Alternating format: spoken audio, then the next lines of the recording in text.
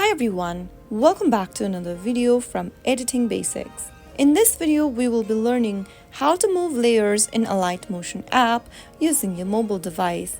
To move layers in Alight Motion, the first thing you'll need to do is to open up the Alight Motion application and open up a project where you've added multiple layers. After you open it up, go ahead and use your fingers to select and move the layers according to your preference. Drag it anywhere as you like with the help of your finger and put it on a desired position on the canvas. So that is how you will be able to move layers in Alight Motion in just a couple of steps. If you found the video to be helpful, go ahead and give us a thumbs up. Don't forget to subscribe to our channel by hitting the subscribe button. Press the bell icon so that you'll never miss another upcoming upload from us. I will be back again in the next video. Thank you for watching.